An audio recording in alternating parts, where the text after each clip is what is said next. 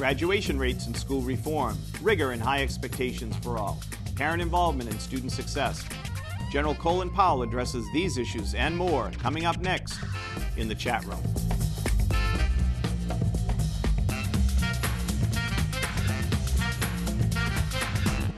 Welcome to the chat room. I'm Frank O'Gara, your host today.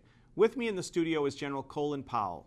General Powell was a professional soldier for 35 years, during which time he rose to the rank of 4-star general and chairman of the Joint Chiefs of Staff. In 2001, he was sworn in as Secretary of State. Since his retirement, General Powell has been dedicated to mobilizing people from every aspect of American life to build the character and competence of young people through America's Promise, the Alliance for Youth, a national nonprofit organization of which he is the chairperson. Welcome, General Powell. We're honored to have you in the studio with us today. Thank you very much. Sir, you're no stranger to American education, your recent work with America's Promise, and of course you're no stranger to our organization either over the years. Yeah. Okay? We have a few questions for you about our schools. Over the 60-year history that we've operated with DoD schools, we know that we have a profound impact on readiness, on retention for soldiers. What do you see the role of our schools in that regard? The DoD school system plays a critical role in all of the things you just described. Morale, retention. You know, you recruit a soldier, you retain a family. And a family, to be happy, has to feel comfortable at the post in the community of providing the services that family needs, and those services is more important than a quality education system. All three of my kids have at one time or another been in various DoD schools, both here in the United States and overseas, and I have found uniformly that the quality of the education they received and the kinds of teachers they were exposed to were of the highest standards. And they've all gone on to become college graduates and successful in life, and so that's a tribute to the DoD school system. And in today's environment, where we have so many parents that are deployed overseas as part of our responsibilities in Iraq and Afghanistan and elsewhere, this kind of stabilizing presence in the form of a quality school system is more important than ever with respect to readiness. Well, and sir, we're proud to provide that support worldwide. Sir, parents we know play a special role, though, too, in the education of their kids. What is it that military parents can do to help their kids, both in school and outside of school, to be successful? Structure, love, expectations, and let me put this indelicately, a lot of nagging. Kids need to be pushed. And when we talk about the problems we have in some of our young cohorts, kids who are not finishing school, when you look at it, it isn't just a problem for the schools and the teachers. It goes all the way back to the family. What kind of family environment? Are kids encouraged to read?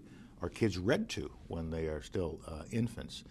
Do kids get stressed in the home in terms of achieving higher standards of excellence, not in terms of personal stress, but force them to achieve high standards in reading and math and science, and don't let them even think about dropping out? People say to me, well, did you ever think about dropping out when you were a kid in the South Bronx section of New York City?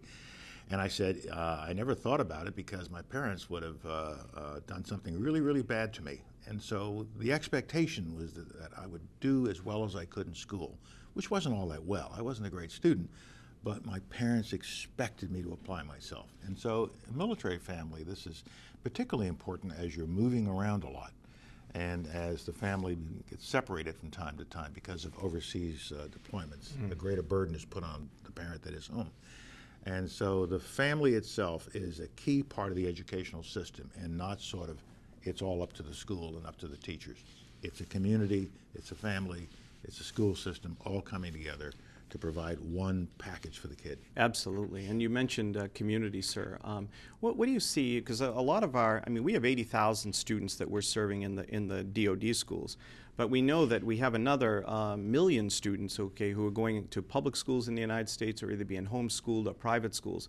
What do you see as the community's role in supporting schools to build a community of learning to help all military students, wherever they might be, in DoD schools or here in the United States, to achieve and succeed? I think they all have the same role, and they all have to follow the kinds of things I just discussed. My kids were in and out of DoD schools and the community schools, and we never had any difficulty with any one of our kids going from a DoD school into the local community. And we were in some very top-notch educational communities where there were great school systems, but they were able to make the transition easily because Dodds had the right kind of standards and the right kinds of teachers.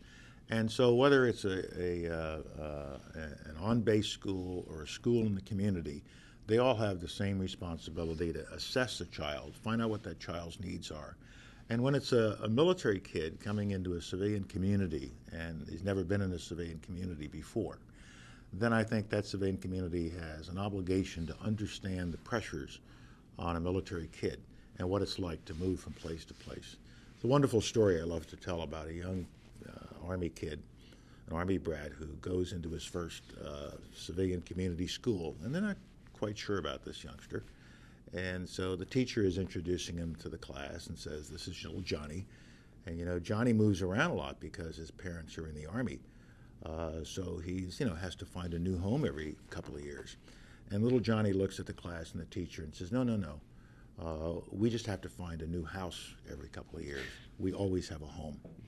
And home means family. Home means people who care for them, people who love them, and people who understand the particular needs of military kids. Absolutely. It's a wonderful story, and it's, military communities wrap their arms around families. Well, that's why we call them military communities and why bases are so important. When a youngster and a new family comes to a base, they want to know that there's a PX, there's a commissary, there's the dry cleaners, and you have to instantly become a member of that community. You don't have years to get integrated. You have to be in that community within 48 hours.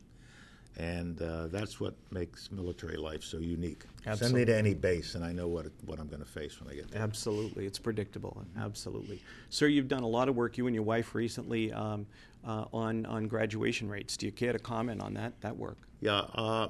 11 years ago, at the request of all of our living presidents, I created an organization called America's Promise, the Alliance for Youth, which essentially said, in a country as great as ours and as wealthy as ours, we shouldn't have kids in need. So let's get more mentors. Let's find safe places, more boys and girls clubs for kids to go to. Let's make sure kids have a healthy start in life, and that we give them a marketable skill through quality education, and we give them a chance to serve the community. America's Promise has thrived over the last 11 years, but recently we took a look at some of the statistics with respect to kids finishing high school, and they're shocking. 34% of our youngsters do not finish high school. And in the minority community, the situation is even worse.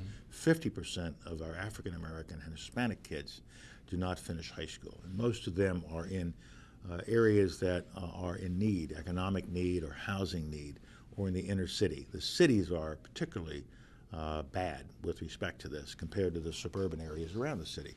And we can't afford this loss of talent. We are in a globalized world. We're now on a playing field with hundreds of millions of Chinese and Indians and Eastern Europeans and Russians who are all educating their youngsters and investing in education. 300 million Americans cannot afford this drain of something like 34% of our youngsters in high school who don't finish high school, and therefore will not get the kinds of skills they need to be successful in this very, very complex world. And it affects our economic well-being and affects our national security if we are now on this playing field with all these other nations that are investing in these kinds of things. So we've got to do something about it. And it is not just a matter of fixing the schools, it's fixing the community, fixing the home life, fixing wealth distribution in this country. A kid doesn't start dropping out in high school. That kid starts dropping out in second and third grade, and it finally manifests itself in 9th or 10th grade when he gives up totally, and he can get out. He's allowed to get out under the law without graduating. So we have to work from high school all the way back to preschool to prepare our kids for education, to push them, to stretch them, and give them all the support they need to be successful in elementary school and middle school, and then they'll be successful in high school. Well, we applaud your work, and if there's anything we can do to help with that endeavor, we'd look forward to that. You mentioned globalization. Okay, what is it today that, because the world's a different place, that a graduate coming out of one of our schools, what kind of skills do they need to be successful? Well, first they've got to have good command of the English language. Without mastery of English in elementary and middle school, then you can't really acquire other disciplines. Once you master English, then math, science, and the information age, knowledge of how to use computers. Increasingly, we need to get more and more of our youngsters moving into scientific fields and into engineering. When you look at China and other places like that, which have populations that are 4 and 5 times larger than ours, and they're graduating 10 times as many engineers and scientists as we are. That's not good. We've got to fix that. So we've got to encourage our kids to take the tougher courses in science and math and those kinds of subjects, and pursue scientific and engineering endeavors, or we're going to get left behind in this era of globalization, and where the skills required in the American economy are going up. We're no longer just making T-shirts. We're making computer chips. We're making sophisticated machines, and we need sophisticated people to do this for us, and that means our youngsters have to be directed into science, math, and engineering more than they are now. Interesting. Thank you very much. Sir, if you had a chance to talk to military students, both in our schools and in schools across America, what is it that you'd tell them about staying in school and about making sure they get their diploma? If you want to go somewhere in life, you've got to get your high school education. If you don't get your high school education, you have immediately cut your economic prospects in half, and you will find that there's nothing but menial jobs waiting for you. And so I don't care how hard it is, I don't care what disappointments you had, you got to stay in school, and you got to apply yourself. And you can't expect your teachers to carry you through. I think part of the effort my wife and I are chairing is to not only pressure the school system and the community, but to pressure the kids, to pressure the young people, to say to them, look, you can't just sit in front of a television set all day long playing whatever that guitar game is. You got to get with it. And you got to buckle down, and you got to study, and you got to read, and you got to take hard courses, and you got to apply yourself. We have expectations for you. So I would talk to the kids in terms of their economic future and where they're going to fit in society with a high school education, and where they're not going to fit in without a high school education. And then put the burden on them, as well as the teachers and the school system and the community, to apply themselves and to be successful. And DODS plays such an important role with our military kids in conveying that message to them. We have standards for you. Meet our standards, and we'll help you meet our standards. Okay, great. Thank you so much. Thank you, sir, for taking time. My We pleasure. wish you well in your future endeavors with this. Salute you for your work that you're doing for American education. And thanks for taking the time to talk to us today. My pleasure. I'm Frank O'Gara, and thank you for joining us for this edition of The Chat Room.